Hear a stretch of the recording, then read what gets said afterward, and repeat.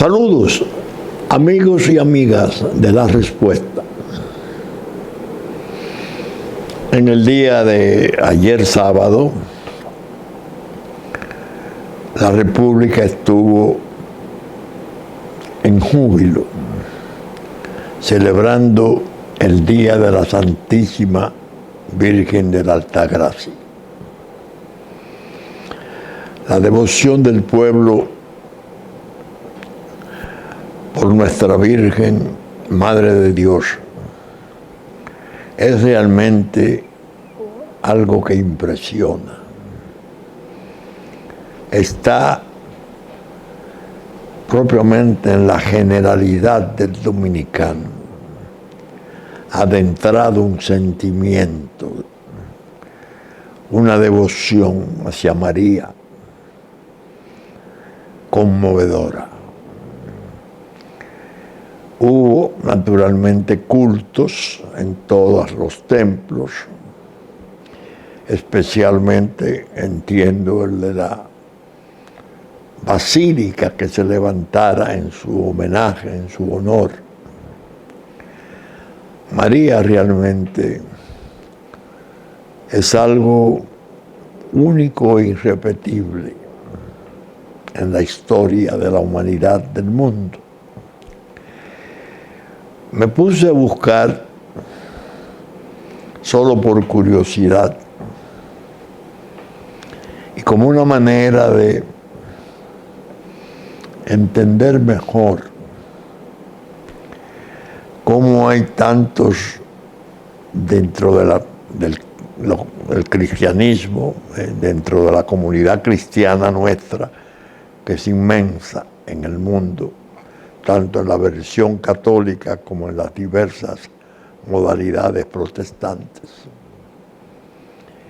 ¿Cómo ha sido posible en uno de esos hemisferios que María fuera en cierto modo desconocida? Eso ha sido objeto de disputas, de luchas, de interpretaciones teológicas encontradas, muy áspero el debate. Y yo le decía a un amigo, a quien aprecio y quiero mucho, mira, lo de María hay que tomarlo con mucho cuidado. Está muy por encima del alcance de nuestras visiones.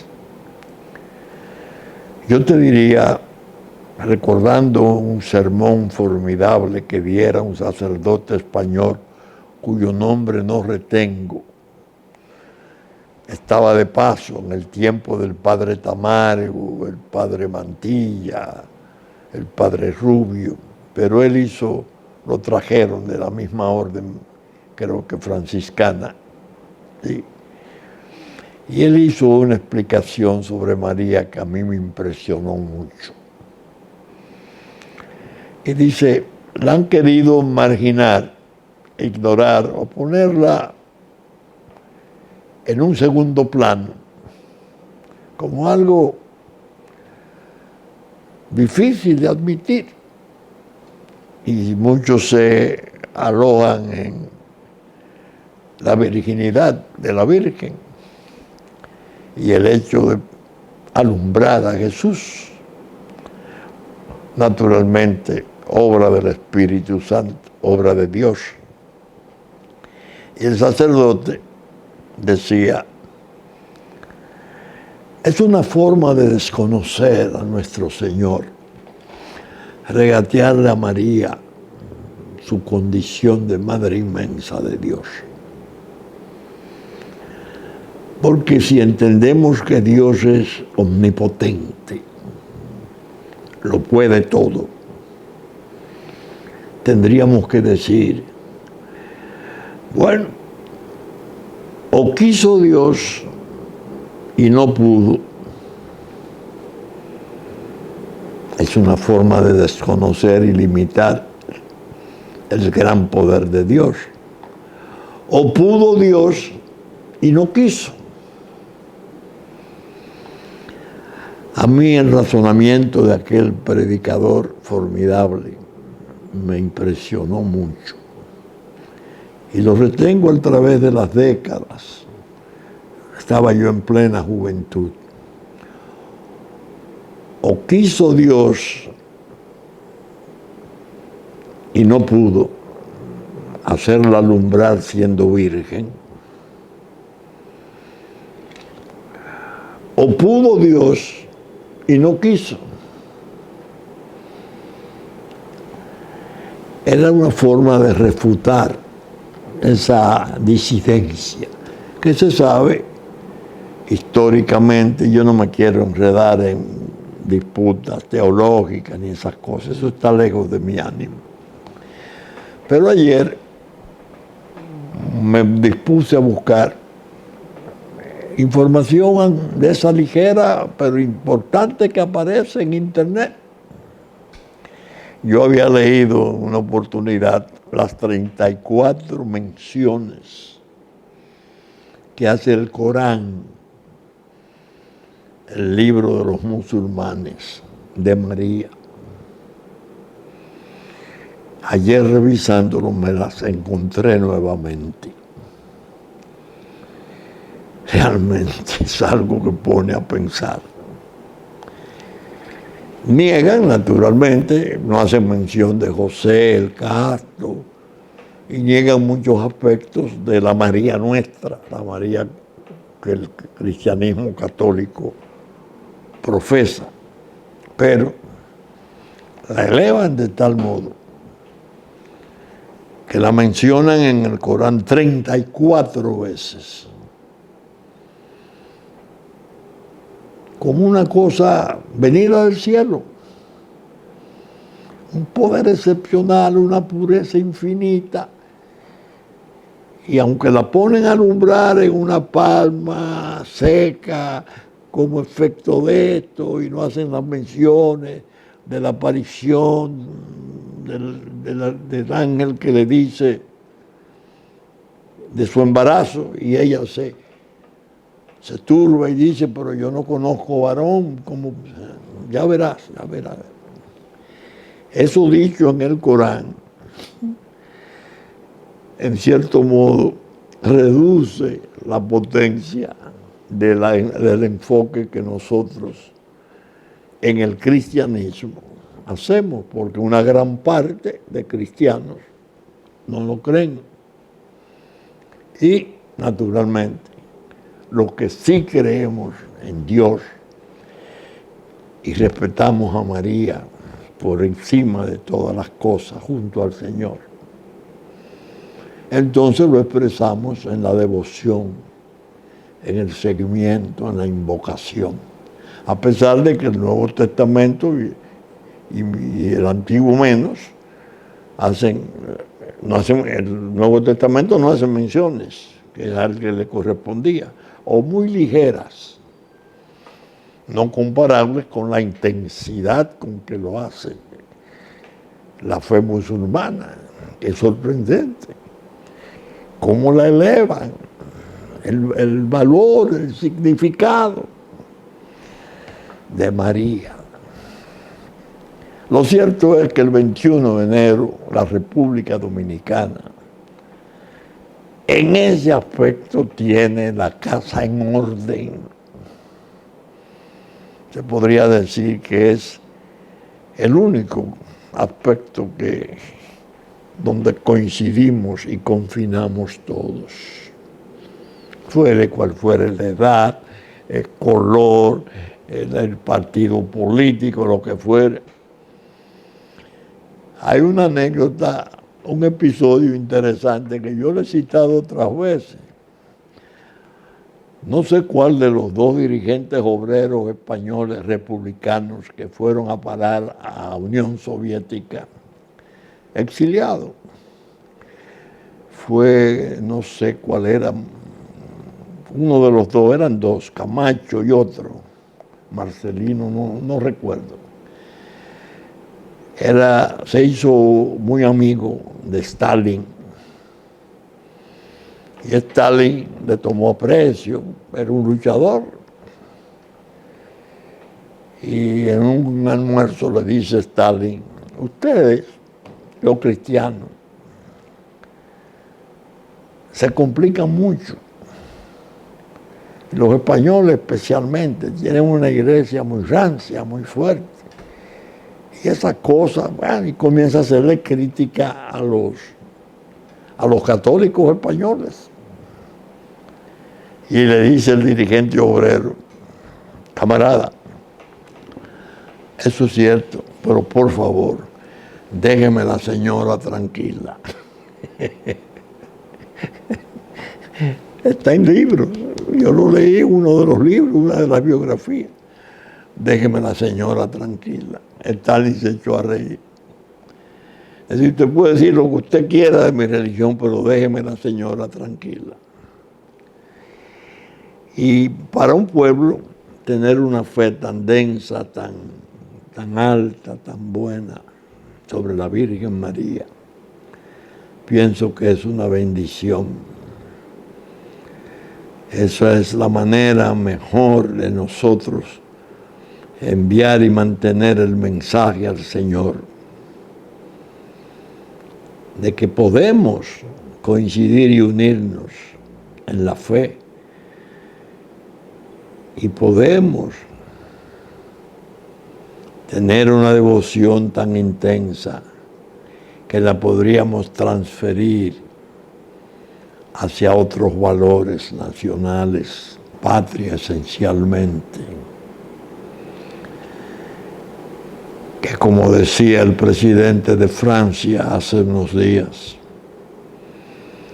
una cosa es el patriotismo, que es el amor a la patria, y otra cosa puede ser el nacionalismo, porque puede ser el odio al otro.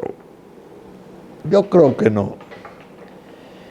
Yo creo que el patriotismo es un rango mayor, naturalmente, pero el nacionalismo bien entendido, entendido con decencia, con compasión, con comprensión de los problemas, es un sentimiento hermosísimo. Y María, la Señora, nos acompaña. A nadie le quepa duda.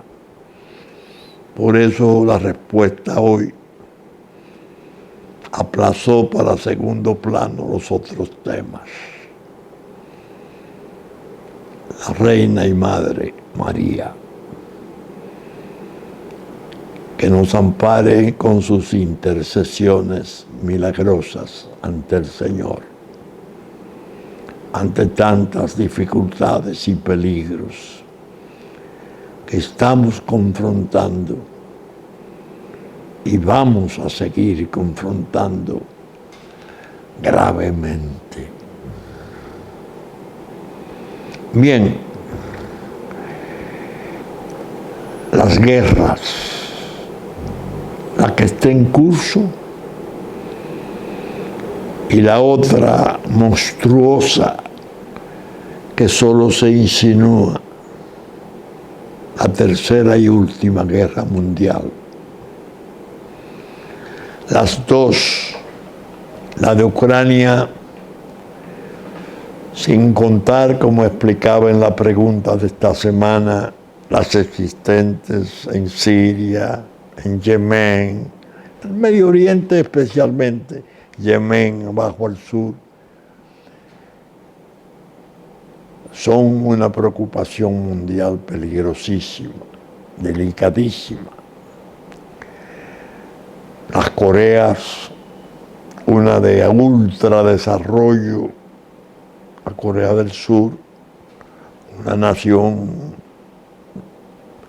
moderna, enormemente desarrollada, y un norte enormemente armado, bajo control del Partido Comunista, con un mando hereditario desconcertante. Ya vemos los desfiles inmensos, las reverencias, los ritos, los proyectiles, los misiles, la península, perdón, de Corea, muy electrizada. Japón, con una constitución pacifista después de la gran tragedia de su derrota en la Segunda Guerra y sus dos ciudades inmensas desaparecidas, Nagasaki e Hiroshima, vuelve a armarse y ya se propone hacer, no sé cuántas ha hecho, modificaciones constitucionales para tener facultades menos pacíficas. Los Balcanes, así lo explico en la pregunta de este miércoles pasado, esos se notan deseosos de volver al conflicto.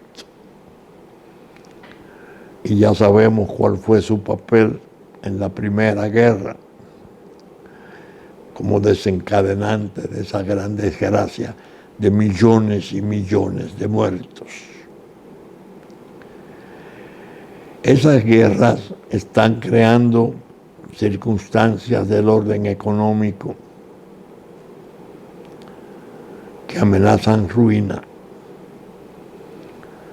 Los organismos internacionales, el Fondo Monetario Internacional, el propio Banco Mundial, haciendo predicciones sobre recesión y algunas aproximaciones a depresión, evidentemente nos han cambiado la vida. Hay una especie de mutación, no porque el estado de cosa anterior fuera manso y paradisíaco, no, sino por la gravedad de los momentos que se avecinan. Cuando se oye y se lee en las noticias de Ucrania, no hay manera de tranquilizarse. Uno siente que se está produciendo un ánimo de escalamiento de la guerra, que sería la fatalidad del mundo. Ahora es el presidente Zelensky en Davos, el Leviatán de Davos, el núcleo del gobierno mundial posible. Zelensky hace declaraciones patéticas, muy desencajado, lucía. Podría ser en parte por el accidente de helicóptero que le costara 17 vidas para él y para Ucrania muy valiosas. El ministro de Interior, uno de sus principales asesores que iba con Zelensky pidiendo desesperadamente armas, porque necesita armas, porque Putin se preparó para una guerra larga. Y desde el Kremlin contestándole ya formalmente, bueno, si entregan esas armas, Rusia va a aumentar su presencia en otros términos. Entiéndase. Lo peor, hablando de una superpotencia de tal cosa, es lógico que quien tenga dos dedos de frente se angustie y piense qué es lo que va a pasar finalmente, qué es lo que este manicomio que se ha convertido el mando mundial está proponiéndole a la humanidad. Eso está en curso. Minuto a minuto van apareciendo los signos de deterioro. La paz cada vez se hace menos alcanzable. No hay motivos, no hay razones para la alegría. La respuesta consecuente con su propósito desde hace 3 años para la pandemia y 1 año para la guerra de Ucrania, le da preferencia a esas noticias por encima de todas las excitantes peripecias de lo local, de lo insular. Pero tenemos signos en la región también preocupantes. Vamos a decir esto primero, haciendo un paréntesis. Lo del COVID-19, para no relegarlo, sigue siendo peligroso. Con todas las mutaciones y variables que se han estado presentando, los pronósticos no son buenos. China, que fue donde se originó la fuga o la puesta en circulación del azote mundial, tuvo un programa de cero COVID que la llevó casi al borde de un trastorno político grave por las inmensas manifestaciones de protesta de las ciudades confinadas, Shanghái a la cabeza. Abrió ahora para el nuevo año lunar millones y millones, reuniones de todo tipo. Pero tiene recrudecido el problema del virus. Y habría que esperar que no ocurra lo peor, que venga entonces una realimentación de la pandemia hacia el mundo y en la propia China. En definitiva, el COVID sigue siendo peligroso y ahora en el horizonte nuestro aparece otra nube rara, borrascosa, el cólera. Cada día aparecen nuevas noticias de más casos de cólera. La autoridad pidiéndole a la gente que no se quede en la casa, que si la diarrea tiene color blanquecino, que vaya de inmediato y se ponga en manos de los médicos, porque puede ser cólera que produce una deshidratación acelerada y mortal. Si no hay un manejo médico a tiempo y hábil y responsable, la muerte segura están aumentando. Naturalmente, ya sabemos, Nepal, Haití, Nepal, Minustah, Haití, que ha padecido el desastre con una crudeza inmensa, una cosa inimaginable. Ellos no llevan estadísticas, o miles de haitianos el cólera, ya caminando en República Dominicana. Una alerta que es bueno tenerla presente. Pero volvamos a la cuestión de las turbaciones de la paz, las guerras posibles y los conflictos armados posibles. Y vamos primero a hacer algunas observaciones de la región. Innegablemente, el presidente de Colombia, Gustavo Petro, es una figura interesante. Tiene talento sobrado, no hay dudas. Acaba de dar unas declaraciones que a mí me movieron a reflexionar sobre esas cosas, como una manera de aclararme yo y ver si contribuyo a que otras personas que me oigan se pueden aprovechar de la orientación. Dice el presidente Petro de Colombia que el proceso de paz en Colombia se ha intentado 2 veces y dice con mucha inteligencia, con éxito, pero parcial. El primero lo intentó el movimiento M-19, del cual yo era parte. Pero se sabe cómo terminó. Ellos tuvieron bajas, creo que 2 o 3 candidatos presidenciales de ellos fueron asesinados. Pero era un tiempo en que el narco era tan poderoso que quería cogerse el Estado. Y esa guerra ha durado 50 años. Durante ese primer tiempo se perdió la guerra y se ha seguido perdiendo. Después el otro es el de Santos, el presidente Santos, que es parcial, con una parte de la FARC.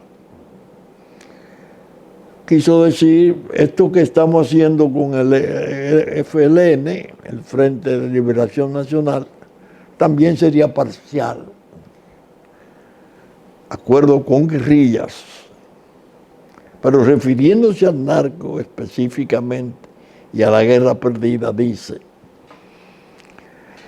tengo un plan inédito, que fue más o menos lo que anunció en la juramentación. Lo vamos a llamar plan de debilitamiento del narcotráfico, del debilitamiento pacífico del narcotráfico.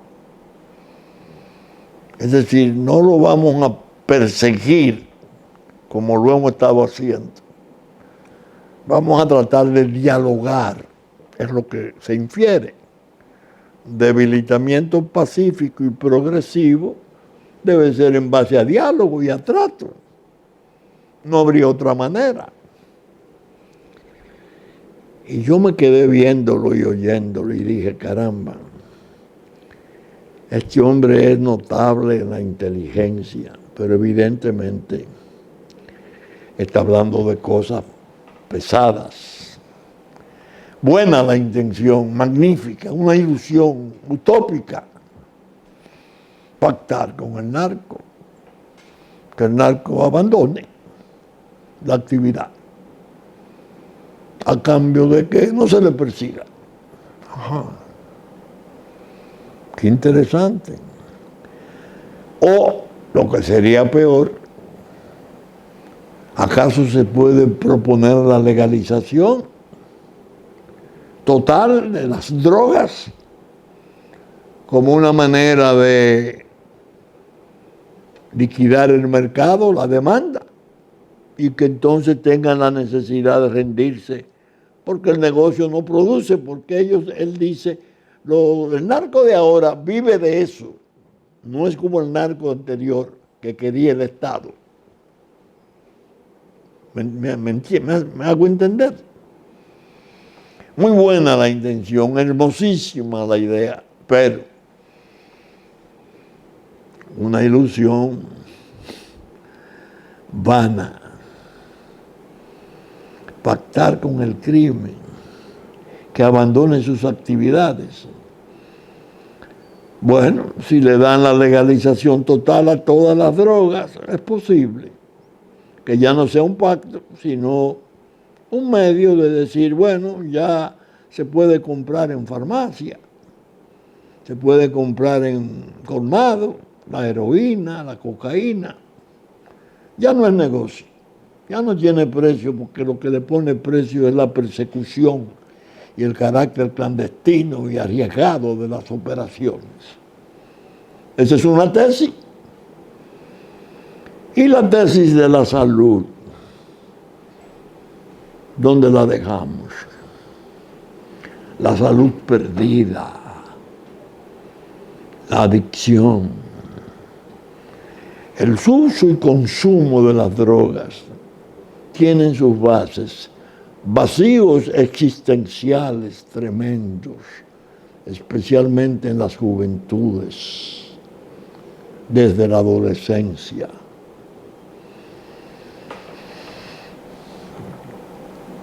Y esos vacíos existenciales tienen otras causas. permanentes, pobreza, marginalidad, exclusión.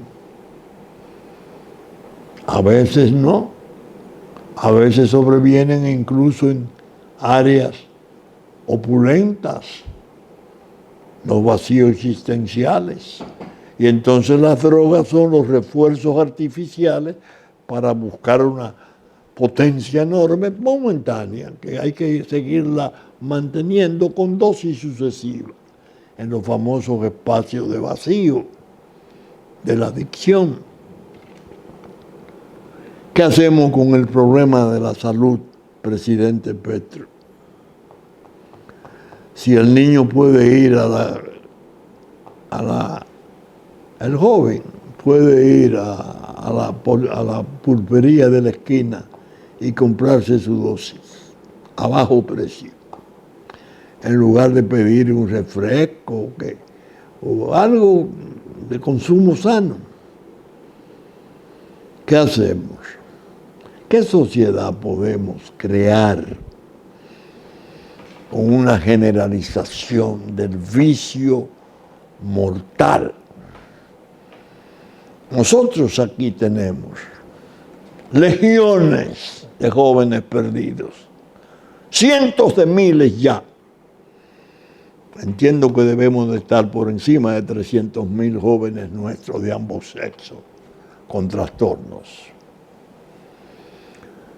Si eso se generaliza y se allana y se pone a la venta, simple, fácil,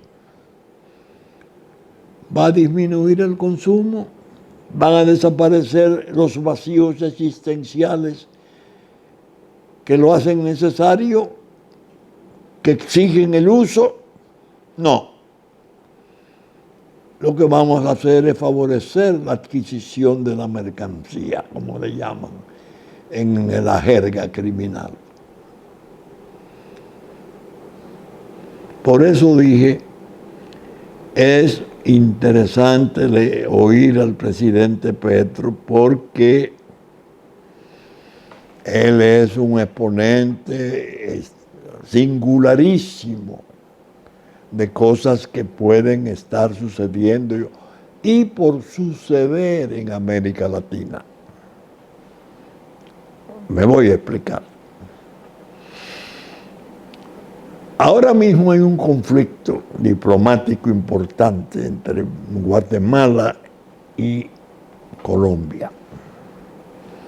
Guatemala, por desgracia, ha tenido muchas dificultades con la violencia, tanto desde el litoral político como con el problema del narcotráfico. Se organizó un mecanismo internacional, creo que con los auspicios de las propias Naciones Unidas, para designar un funcionario excepcionalmente competente, un fiscal general internacional, que pudiera atender los casos de corrupción, considerando esta corrupción como otra modalidad de los grandes crímenes. Bien, designaron al señor Iván Velásquez, que es el actual ministro de Defensa o Justicia, de Colombia, Iván Velásquez. Hizo expedientes formidables en Guatemala. Sus investigaciones condujeron a la prisión de un expresidente, de la esposa de otro. Altos jerarcas cayeron en desgracia, fueron o procesados o extraditados. Se sintió la presencia de Iván Velásquez. Tanto así que yo leía las noticias que salían acerca del papel de este hombre en Guatemala. Y yo decía, pero Dios mío, qué hombre más valeroso. Con lo que él está haciendo no habría manera de cuidarlo en Guatemala. Y está vivo todavía. oh, poderoso.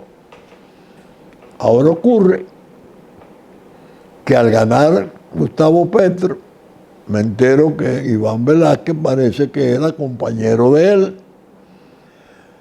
Y Petro le tiene mucho respeto y mucho afecto a Iván Velázquez. ¿Qué hace Guatemala? Pide una investigación y abre una investigación criminal contra Iván Velázquez. Pero lo acusa de fraude al fiscal general. ¿En qué caso? Odebrecht. Salió Odebrecht a relucir, que es un caso que tiene connotación internacional peligrosísimas, todavía. Ahora que Lula alcanzó el poder en Brasil, creo que más sensible que nunca ha terminado por ser el expediente Odebrecht. ¿Ustedes oyeron? Ahora que Lula es presidente en Brasil es cuando creo que el expediente Odebrecht puede ser más sensible y delicado. En Guatemala sirve de base para abrirle un proceso criminal a Iván Velázquez. Petro dice, como es muy categórico y de carácter, no hay duda, yo no entrego a mi ministro, yo creo en él. Miren cómo se están desarrollando cosas que no son frecuentes, no existían. Yo no la conocía antes en el ámbito latinoamericano. De ese tipo, no. Ni en tiempo de Guerra Fría, ni antes. Esto es nuevo. Ahora, ¿por qué yo digo que el ejemplo Petro puede servir para otras cosas en el resto de América Latina? Vamos a Haití. ¿Cómo? Haití, el legendario estado pionero de la independencia en América. El estado que uno de sus líderes mayores ciertamente no merecía ese título, Alejandro Petión, proveyó las armas para la reanudación de la guerra por la libertad e independencia de las naciones, que Simón Antonio de la Santísima Trinidad Bolívar y Palacio, en gloria eterna, alcanzó después de la entrevista de los Cayos. Bueno, Haití, una pieza del mundo, cayó con los siglos, las décadas hasta más del siglo, bueno, en una degradación enorme. Se arrasaron sus suelos, Francia tuvo mucho que ver con las exacciones. Se considera que incluso es deudora de miles de millones de indemnización por las exacciones que produjeron de sus riquezas. Su clase política, un desastre. Y claro, lo aislaron desde el mismo momento en que nacieron. A nivel de Thomas Jefferson y los padres fundadores, y después José de Pablo Santander de Colombia, lo aislaron. Pero viene a terminar todo el desastre, no terminar, no, viene a perfilarse a la actualidad, que no ha terminado nada, está todo por hacerse, a caer en manos de pandillas criminales que secuestran, que matan, que hacen horrores y controlan, y matan presidentes, matan senadores, queman senadores, bueno, un control. ¿Dónde quiero ir yo con estas explicaciones? Con mi tesis. El Consejo de Inseguridad de Naciones Unidas es convocado por China para tratar el tema de Haití. Se reúnen y pasa a ser la cosa más oscura, más extraña, las deliberaciones. Solo trasciende que China y Rusia dicen no. Mandato militar para ir a desarmar esa pandilla, no. Eso no es lo que quiere el pueblo haitiano. Óigame, veto posible a cualquier tipo de mandato nuevo para reocuparla. Estados Unidos, perplejo, Canadá, Francia, todos temblorosos, no saben qué hacer. Canadá se utiliza para enviar unos blindados, crear la impresión de que pueden, una policía en ciernes que están formando con unos carros blindados que le han mandado manejar ese fenómeno. Pero el objetivo era producir todo el pavor que pudieran en el territorio de la parte oeste de la isla a fin de apretar el derrame de población sobre la parte este. Nosotros, que como he dicho, sí tenemos ríos, sí tenemos montes, sí tenemos aeropuertos y puertos de profundidad, infraestructura de todo tipo. Porque el plan no es Haití en sí, sino la isla. Entonces viene el tranque. No trasciende todo lo que se trató, no fueron públicos los debates, no se oyeron los argumentos de los representantes de las naciones en el Consejo de Inseguridad. Yo digo, cuando se comience a sentir que las pandillas no están siendo censuradas con la dureza que hace unas cuantas semanas se les censuraba, prepárense que la metamorfosis, la mutación de guerrilla, de pandilla a guerrilla, está por venir. Van a sacar 2 o 3 cuadros de la política de Aristide y esos grupos, 2 o 3 proclamas más o menos incendiarias sobre el socialismo democrático del siglo XXI y puede haber una toma de poder. No hay instituciones. El vacío es claro. Y no hay manera de repararlo. ¿Estarían disgustadas China y Rusia con que eso se produjera? No. Ellos no están haciendo nada para que se produzca, en mi opinión, sino aguardando lo que se produzca. ¿Quiénes pueden estar en el frente dándole aliento a una idea de esa naturaleza? En mi opinión, Maduro. Maduro, que es el bolivariano. Yo creo que algunos de allá llegaron a decir que la independencia de América, en cierto modo, se debía a Haití. Creando ya créditos internacionales, porque si hay una toma de poder y eso se produce, bueno, hay que respetarla. Petro es muy importante. Ex guerrillero y presidente de Colombia, que en su inteligencia es tan notable que quizás él no se dio cuenta. Pero cuando hizo su mención del M-19 fue muy benigna. Un movimiento que tiene en su historial la página horrible de horror, valga la redundancia, de la quema del Palacio de Justicia de Colombia y la muerte de su Suprema Corte de Justicia, que la presidía don Alfonso Reyes Echandía, como he dicho otras veces. Las pandillas podrían hacer una práctica de poder con nuevas caras.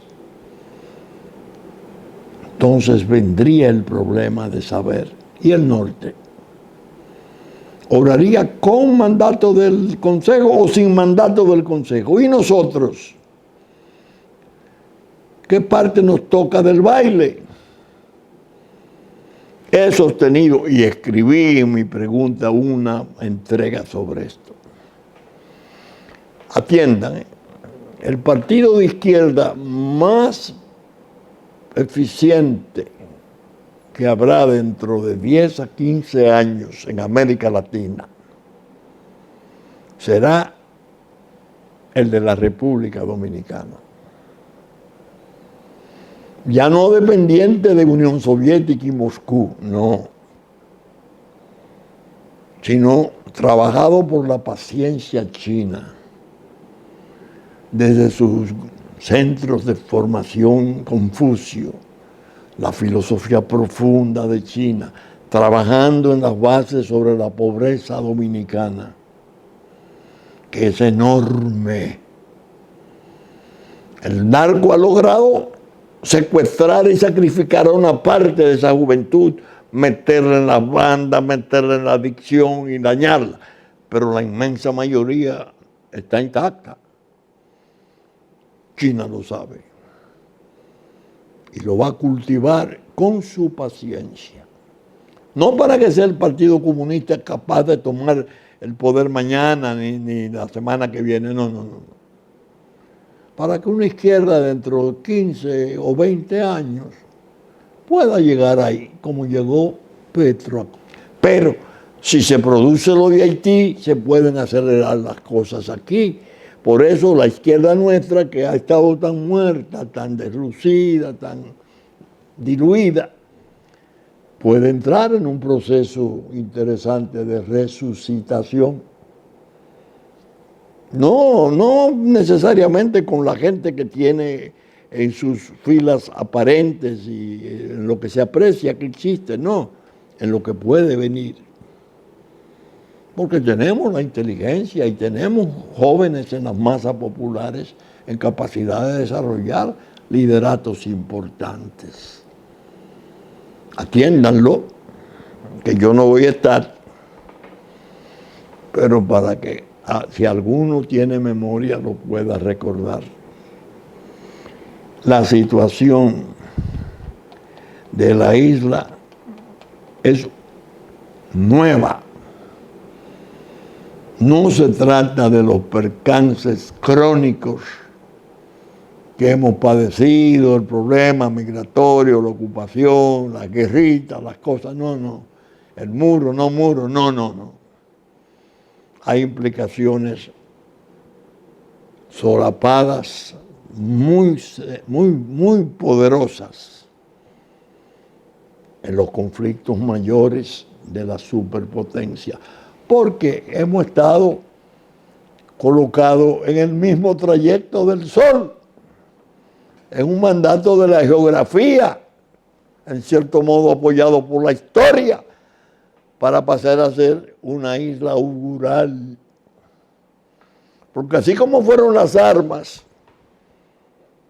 de los cayos, armas belgas, entregadas a Bolívar, así estuvo aquí la Real Audiencia y todo lo que pasó para la conquista, para la independencia de las naciones y la conquista previa especialmente, pasaba por aquí. Ahora se me dirá, bueno, pero Cuba existe y está a 90 millas, sí, pero ya Fidel Castro no existe y se está extinguiendo el liderato mítico. Hay mucha inconformidad, hay muchas protestas, hay muchas carencias y muchos deseos de apertura en sectores de poder en Estados Unidos para competir con los allegamientos que está haciendo ya no Unión Soviética, sino Rusia. En la medida que eso desmejore Santo Domingo puede resultar más interesante a los fines de servir no de cabeza de playa, no, de punto de avance en la geografía, en el vientre del gran poder de la tierra, que es Estados Unidos y su norte frío de Canadá. De consiguiente, cuando uno razona estas cosas, tiene que estar muy atento a lo que ocurre en esa metrópoli de medio mundo que ha sido Estados Unidos.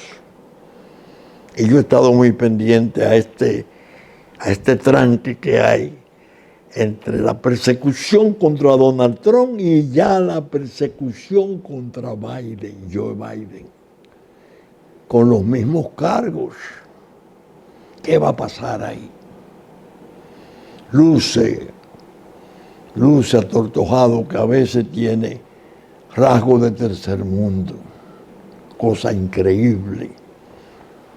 La mayor democracia del mundo, la más antigua y mejor, tenida como tal por cerca de más de 2 siglos.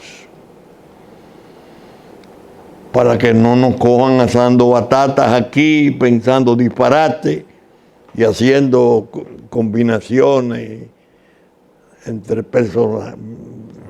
personajillos, accidentes de la historia inmensamente opulentos, pero en capacidad de dañar a este país, sin una idea en la cabeza de lo que está ocurriendo y de lo que ellos hicieron para contribuir a que eso fuera posible.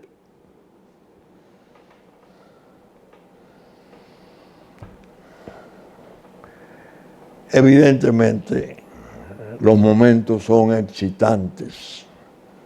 Y yo a ustedes, amigos de La Respuesta, les pido, aprovechen la pandemia para pensar. Su silencio, sus soledades, sirven para pensar. Y ustedes verán que si se piensa a fondo la situación, alcanzaremos un mayor grado de conciencia y unidad para internarnos en la tormenta. Bien, saben ustedes que estamos saliendo por Super Canal 33 de Claro, 3 del Cable, a las 11 de la mañana de domingo, que es nuestra versión central.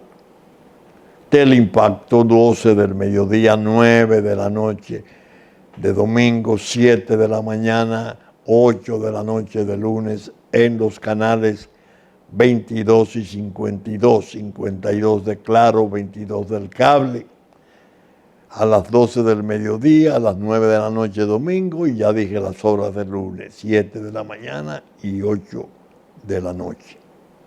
Que estaremos en YouTube a partir del mediodía de domingo, una vez termine nuestra versión central. Con la gracia de Dios esperamos estar con ustedes en otra entrega de La Respuesta, su respuesta.